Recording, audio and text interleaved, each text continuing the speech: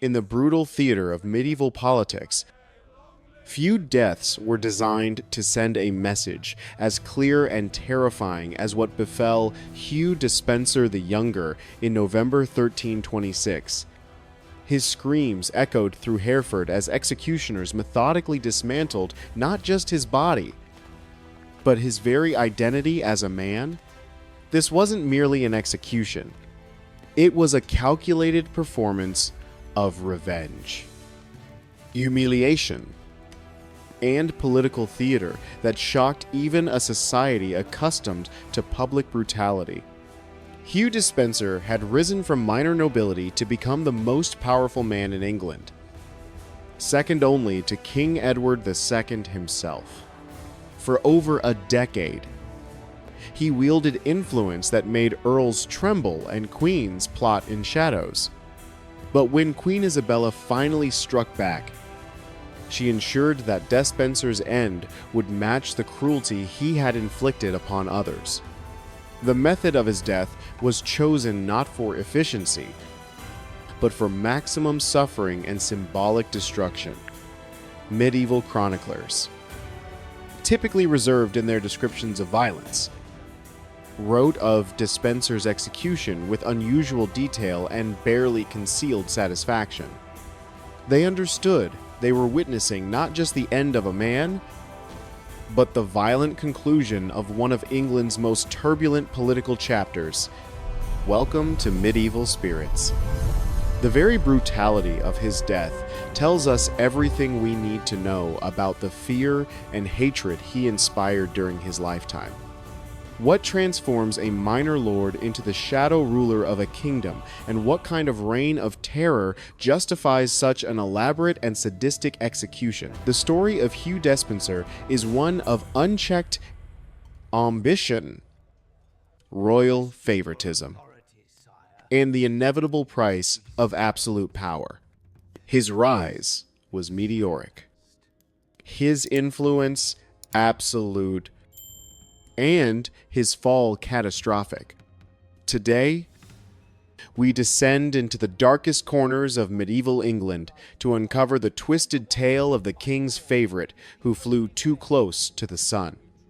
This is the story of how political ambition became a death sentence, and how medieval justice could be more terrifying than any torture device ever conceived. The scaffold was not just a platform for death, but a stage where the sacred body of the state was purged of its infection through the ritualized butchery of a single man.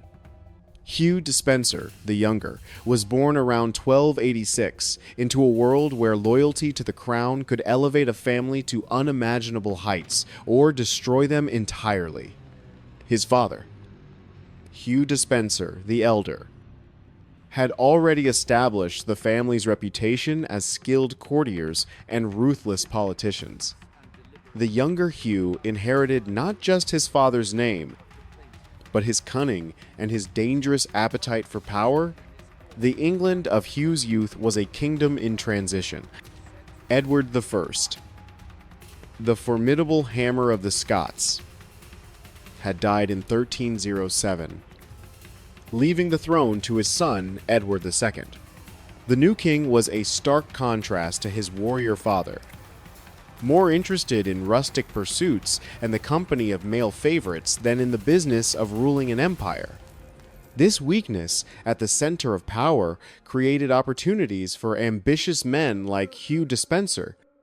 Edward II's reign began under a cloud of scandal with his relationship with Piers Gaveston, a Gascon knight who became the king's closest companion and rumored lover. Gaveston's arrogance and the king's obvious favoritism toward him enraged the English nobility, who saw their own influence diminished by this foreign upstart. The baron's fury eventually led to Gaveston's murder in 1312, but this only created a vacuum that Hugh Despenser was perfectly positioned to fill. Unlike Gaveston, who was seen as an outsider, Hugh Despenser was undeniably English nobility. He possessed the political instincts that Gaveston lacked. understanding that true power lay not in flaunting royal favoritism, but in systematically building an unassailable position within the existing power structure. Where Gaveston had been content with titles and wealth, Despenser sought something far more dangerous: actual control over the machinery of government. He was a bureaucrat of terror, turning the king's own laws into weapons that could be deployed against anyone who dared to question the new order.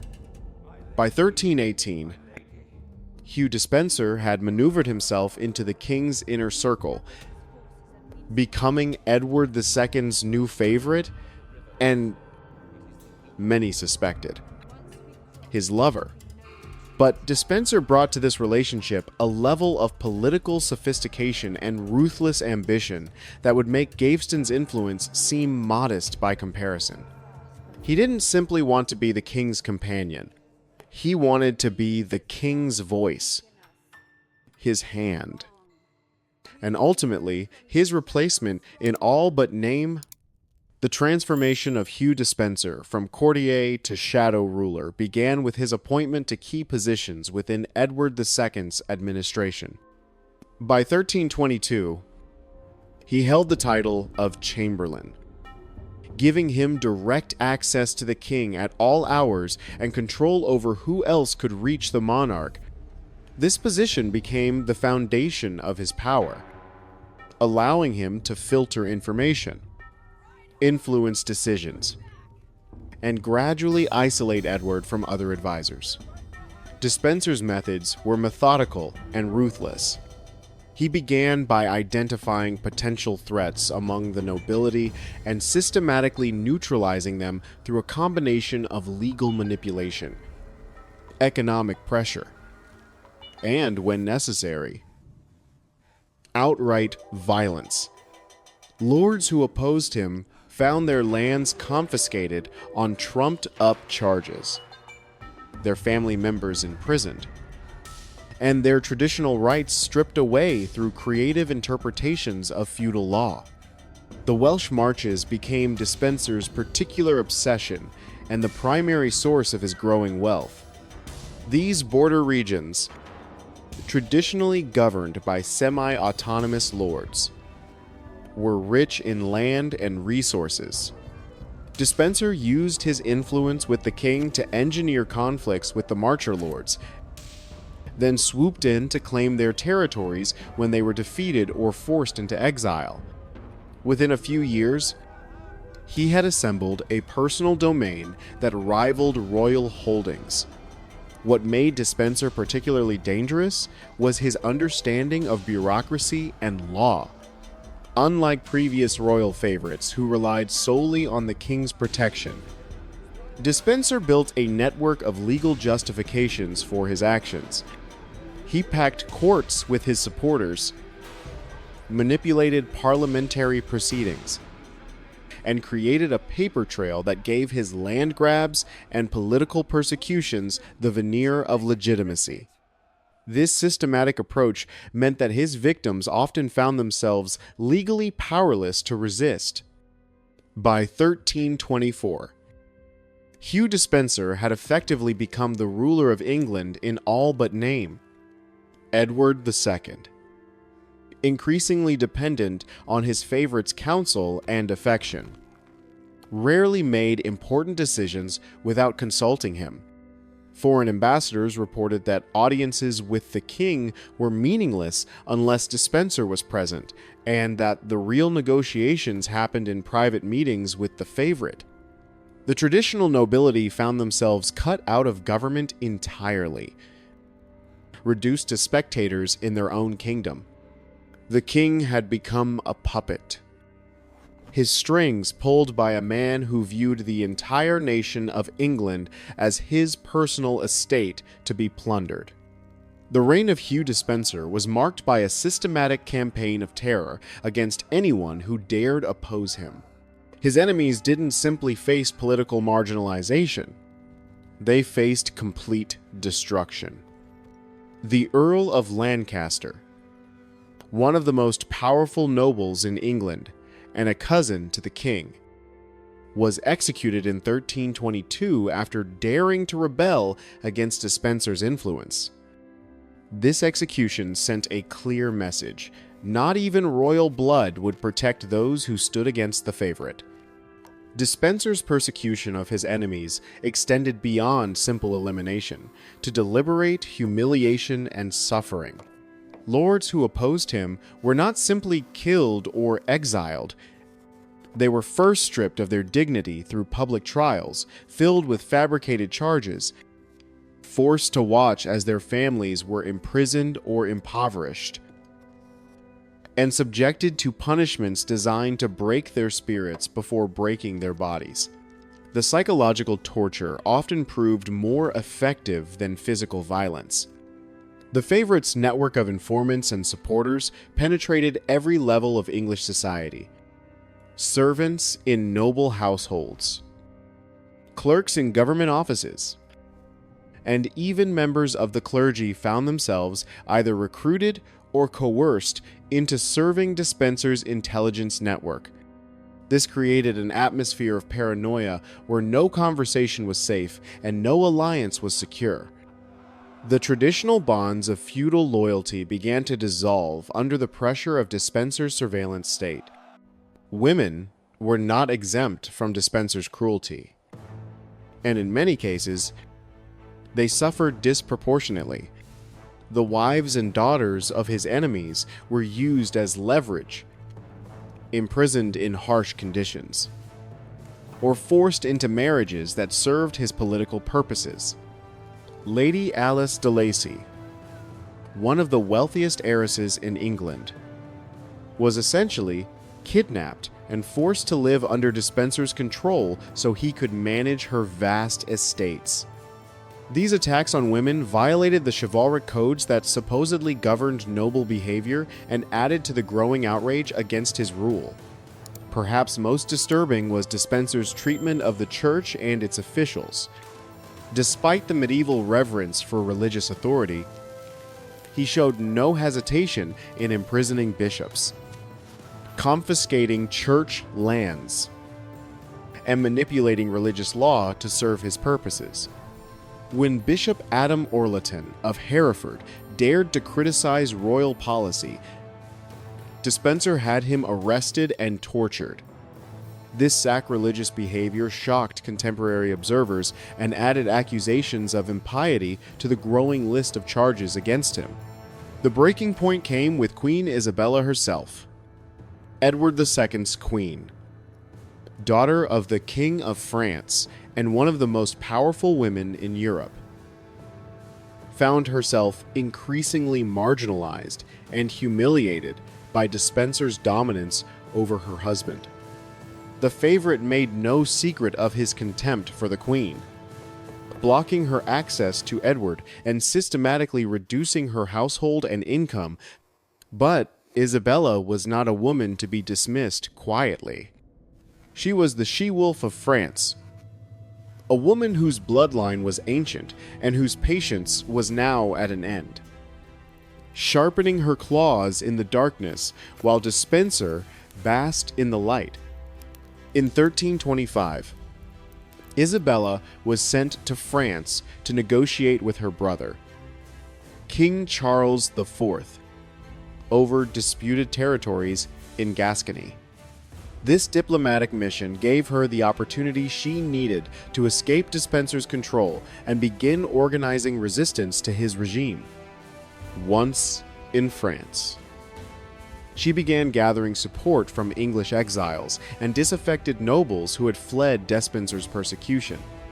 Her cause gained powerful support when she formed an alliance with Roger Mortimer, one of the Marcher lords who had escaped Despenser's earlier purges. Isabella's propaganda campaign against Despenser was masterful in its simplicity and effectiveness. She portrayed herself as the wronged queen, driven from her own kingdom by the unnatural influence of her husband's favorite piece. She emphasized Despenser's violations of traditional law and custom, his attacks on the church, and his destruction of noble families. Most effectively, She painted him as a foreign corruption of English values, despite his English birth. The Queen's message resonated powerfully with audiences across Europe who were familiar with the dangers of royal favorites and the chaos they could create. Isabella presented herself as the defender of legitimate government against tyranny, and her cause attracted support from nobles, merchants, and common people who had suffered under Despenser's rule. By 1326, she had assembled an invasion force and was ready to return to England. The invasion itself was almost anticlimactic. When Isabella landed in Essex in September 1326, she was welcomed as a liberator rather than resisted as an invader. The common people, exhausted by years of Despenser's oppression, flocked to her banner. More importantly, the nobles, who had been cowed into submission by fear of the favorite, saw their opportunity for revenge and abandoned Edward II en masse. Edward II and the Despensers fled westward toward Wales, hoping to find sanctuary in regions where Hugh's power had been strongest. But even there, support melted away as local leaders calculated that their future lay with the Queen rather than the discredited king and his favorite. The network of fear and patronage that had sustained Despenser's power proved to be built on quicksand when tested by real opposition. Hugh Despenser the Elder was captured first. Seized by Isabella's forces as he attempted to defend Bristol Castle, his execution was swift but brutal. He was hanged, drawn, and quartered as a traitor, his head displayed on London Bridge as a warning to others. But this was merely the appetizer for the main course that would follow when his son was captured. Hugh Despenser the Younger was finally taken near Llantrisant in Wales on November 16th, 1326. He was found cowering in the mud, stripped of his fine silks and his arrogance. A pitiable creature who realized too late that the king's protection was a paper shield against the steel of an angry nation. Contemporary accounts describe him as already broken by the collapse of his world. The man who had terrorized England for over a decade was reduced to a trembling figure, having allegedly attempted suicide rather than face capture. His captors, however, had no intention of allowing him such an easy escape from justice. The decision about Despenser's fate was never in doubt, but the method of his execution became a matter of careful planning. Queen Isabella and her supporters understood that this death needed to serve multiple purposes. It must satisfy the desire for revenge among Despenser's many victims, serve as a deterrent to future royal favorites, and symbolically cleanse the kingdom of his corruption. The execution they designed was a masterpiece of medieval political theater. On November 24th, 1326, Hugh Despenser was brought to Hereford for his final performance. The choice of location was significant. Hereford was in the Welsh marches where his power had been strongest, and it was the see of Bishop Adam, whom Despenser had tortured. The crowd that gathered was enormous, drawn not just by morbid curiosity, but by a genuine desire to witness the end of their oppressor. Despenser was not granted the courtesy of a trial, though his crimes were read aloud to the assembled crowd. The list was extensive: treason against the crown, theft of royal lands, persecution of nobles, attacks on the church, and corruption of the king's natural affections.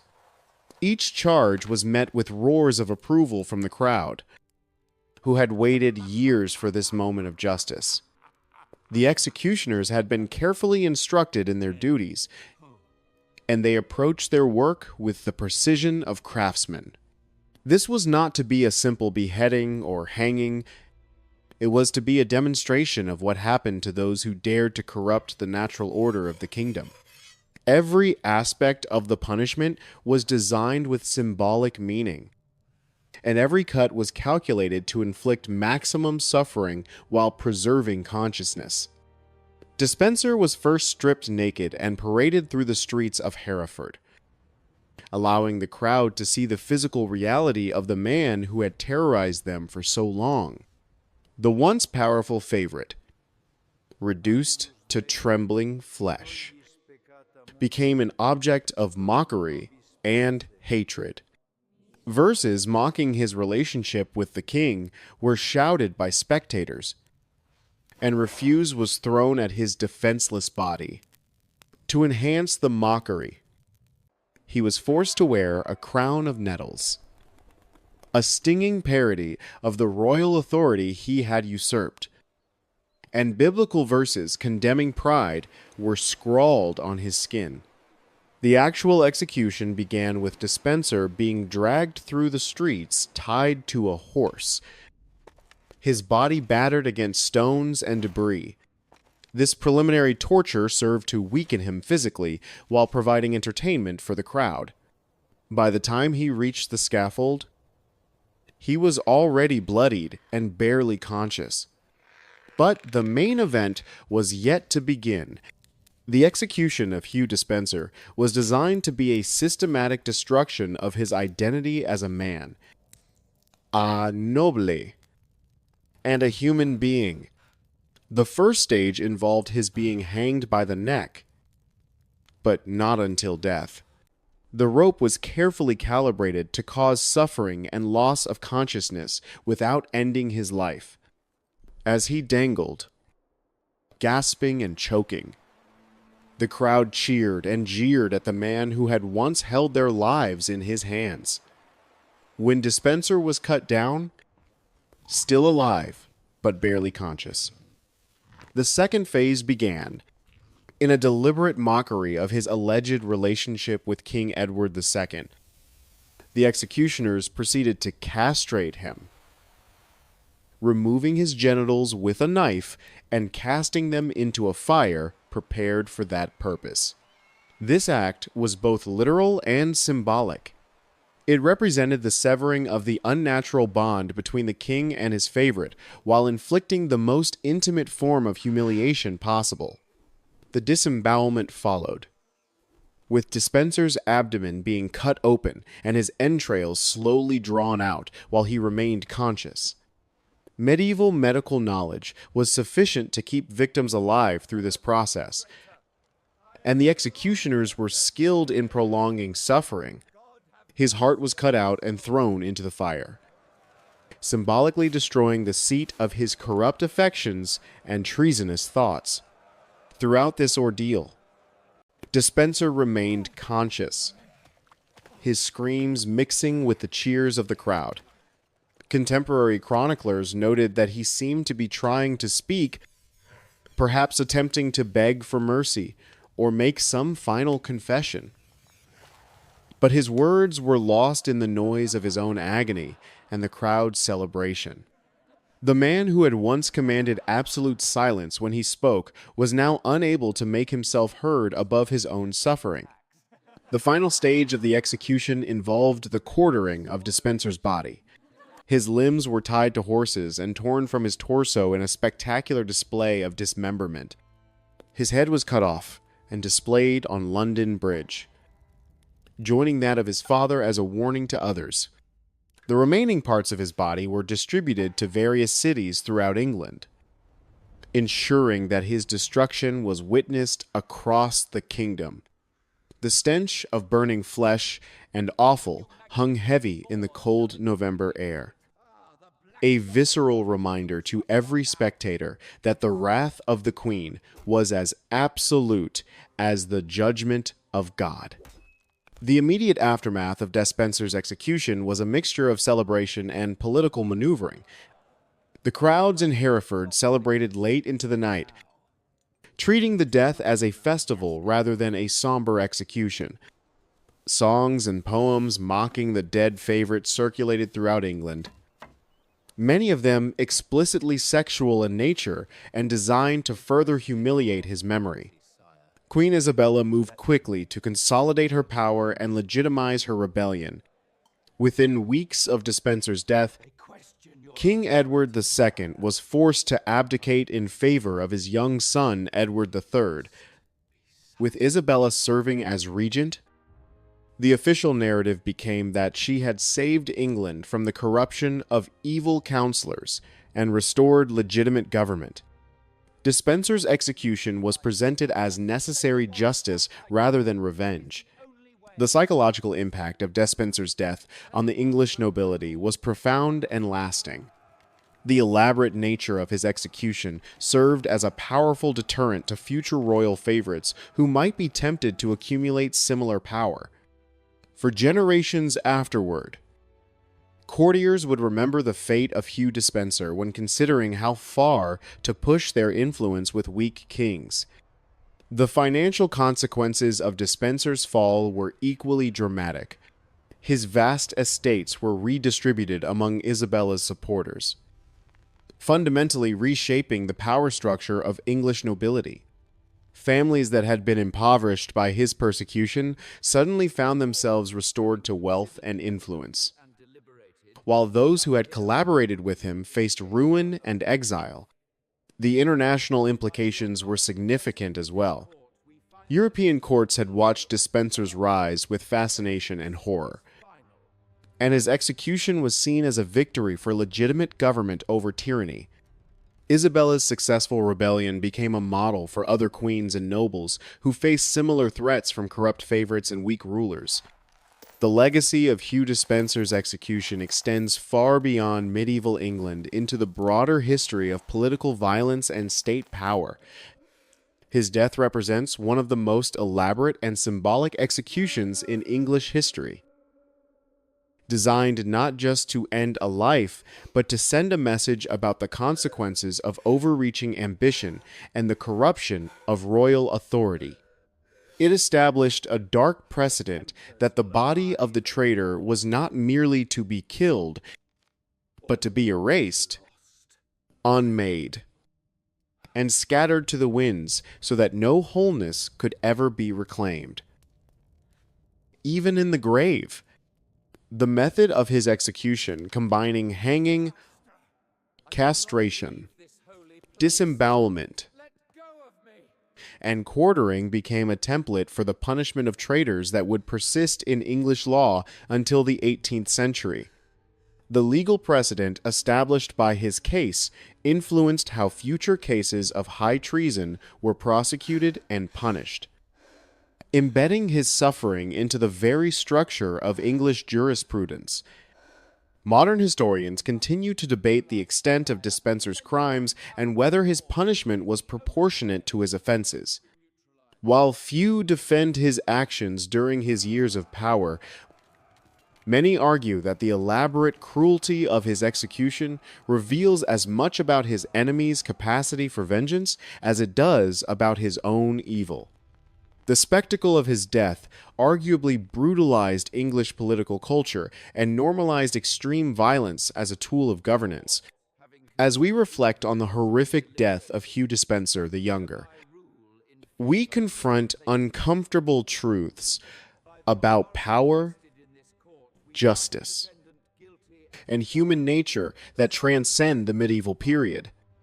His story reveals how quickly unchecked authority can corrupt even those born to privilege and education, transforming them into monsters who view other human beings as obstacles to be eliminated or tools to be used. The elaborate cruelty of his execution forces us to examine our own assumptions about justice and proportionality. While Despenser undoubtedly committed serious crimes against many innocent people, the spectacle of his death raises questions about whether any human being deserves such systematic torture and humiliation, regardless of their offenses. The crowd's enthusiastic participation in his suffering reveals the dangerous pleasure that humans can take in witnessing the destruction of those they hate.